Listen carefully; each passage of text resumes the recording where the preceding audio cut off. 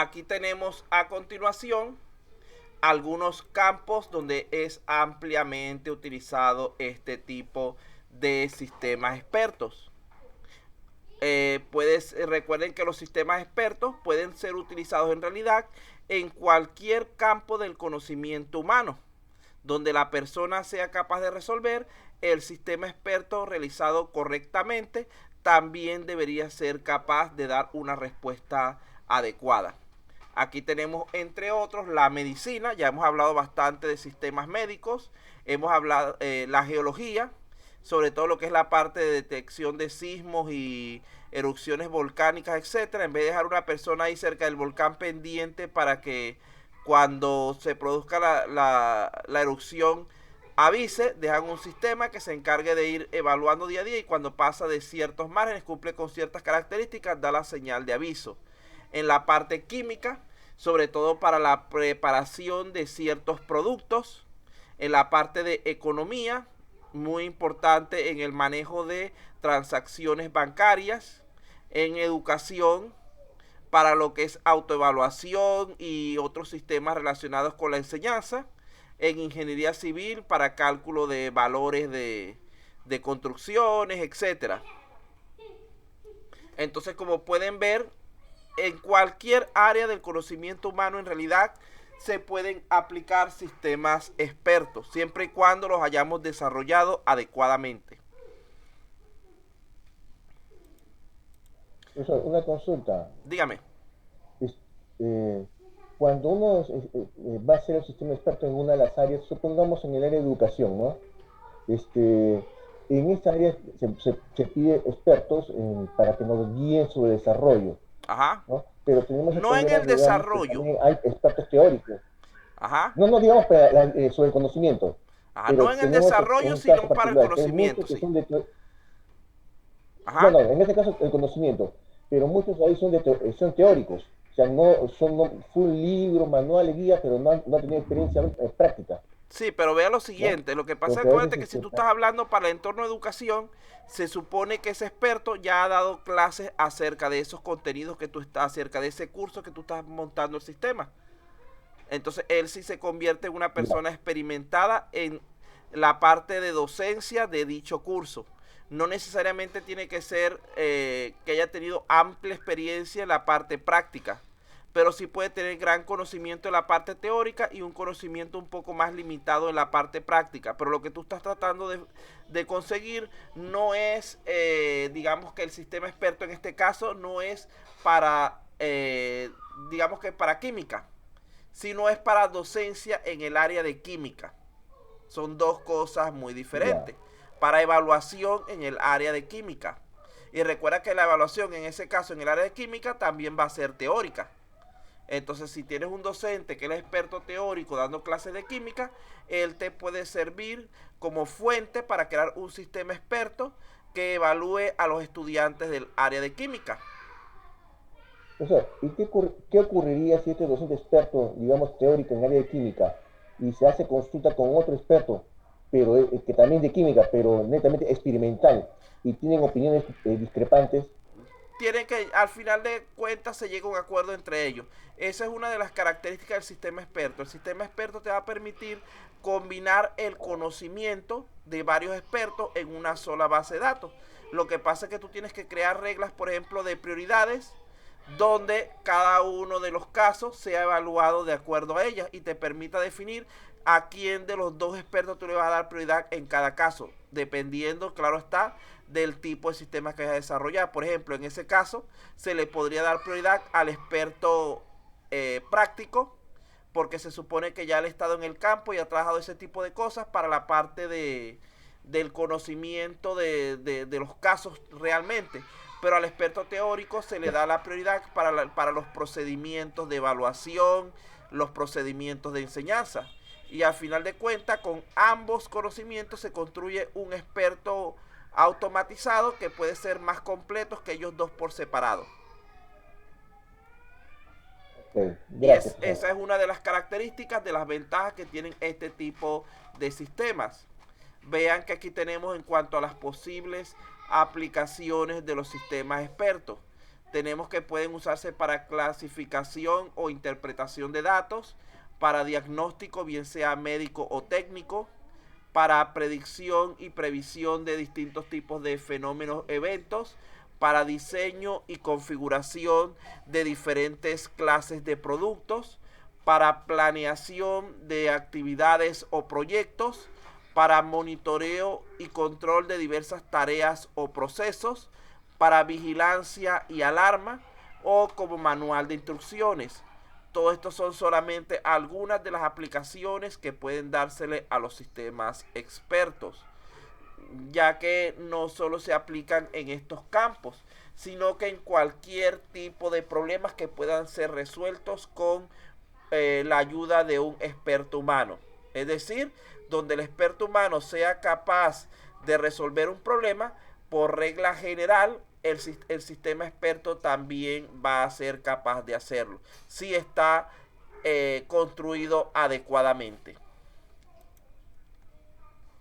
Siendo importante recordar entonces que un sistema basado en reglas, como el que estamos nosotros estudiando o el que pretendemos ir desarrollando, es de tipo determinístico. Por lo tanto, ese es el único tipo de aplicaciones que puede tener. Cuando existe algún grado de incertidumbre o error en el problema, se considera como probabilístico. Y en ese caso ya no sería conveniente aplicar un sistema basado en reglas, sino un sistema de tipo estocástico o probabilístico. Entonces nosotros vamos a trabajar solamente con los casos de sistemas determinísticos o basados en reglas. Entre muchos ejemplos que se puedan del sistema experto, aquí tenemos 4. Fíjense que por una parte tenemos transacciones bancarias. Hasta hace unos años, para hacer cualquier operación en el banco, había que ir a las oficinas de esta entidad en horas laborales. Esto era bastante engorroso porque en esa hora generalmente la persona está trabajando y había que hacer una cola, esperar, y al final de cuentas la persona perdía una mañana de trabajo para hacer un simple depósito o retiro. Hoy en día esas y otras muchas transacciones pueden realizarse en cualquier momento del día o de la noche usando cajeros automáticos o por transferencias en internet. Estos son ejemplos sencillos de sistemas expertos. De hecho, se pueden realizar esas transacciones desde casa utilizando la línea telefónica, es decir, una llamada, y aplicaciones web, donde en la mayoría de los casos esto no es controlado por una persona directamente, sino por un sistema de tipo experto. El control de tráfico es otra aplicación importante de los sistemas expertos. También hasta hace poco tiempo el flujo de tránsito en las calles, o hasta hace, que podemos decir, 50 años, se controlaba mediante guardas de tránsito, es decir, policías que estaban colocados en las intersecciones. Luego se colocaron los semáforos de tipo común y actualmente hay inclusive semáforos de tipo inteligente que operan automáticamente de acuerdo al flujo de tránsito en las diversas calles o en los ferrocarriles. Vean que hay ciertos países donde hay semáforos que tienen como un, ¿cómo decir? Como un sensor que ellos te mantienen su ciclo normal, pero cuando ven que no hay de un lado tránsito, pero del otro está ocupado, ellos te hacen el cambio automáticamente para agilizar lo que es el transporte. Entonces, ese es un ejemplo de sistemas expertos, que es más o menos lo que hacen los policías aquí ahorita en Perú, que por ejemplo cuando en horas pico, de repente ustedes saben que siempre, por ejemplo, en hora de la mañana todo el mundo va de la periferia hacia el centro, y la vía que viene del centro hacia la periferia está desocupada. Entonces ellos lo que hacen es agilizar, darle prioridad a la vía que necesita mayor o que va a generar mayor descongestionamiento del tránsito. El tercer ejemplo, estamos hablando de problemas de planificación.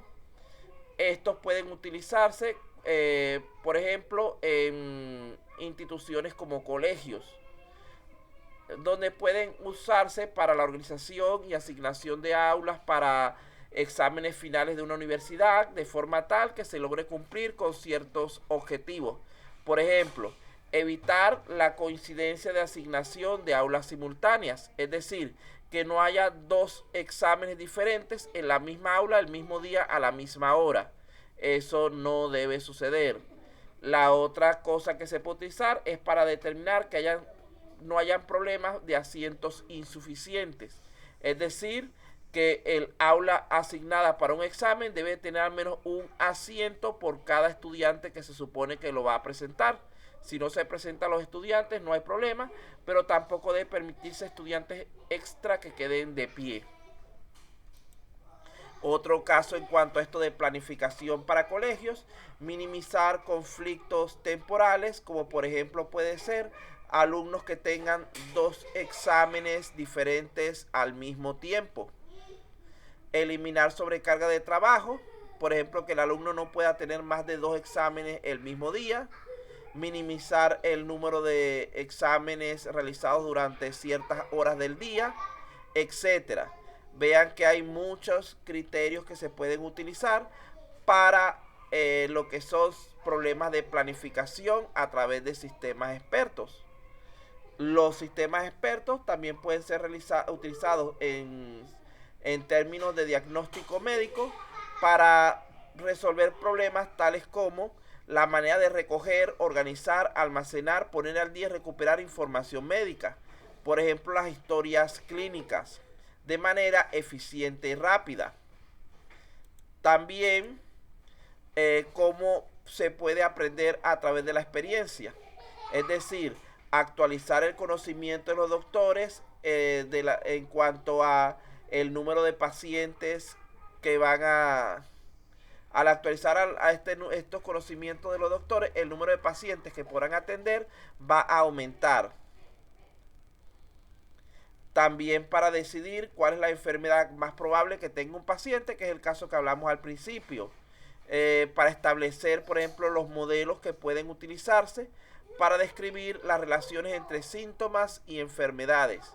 Por ejemplo, que los pacientes, una característica, que los pacientes de cierta enfermedad se vea que están limitados a una zona geográfica. Y entonces este sistema puede indicar que debe haber un foco de infección específico en algún punto de esa zona porque otras zonas no han sido afectadas por ello.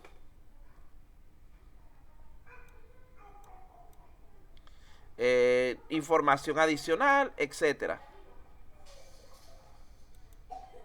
Vamos a dar sus 5 minutos de descanso antes de continuar para ya ir a la segunda parte de nuestra clase, y una vez culminada la segunda parte conversamos un poco acerca de la evaluación PC1, que quedó por allí cierta información en el aire.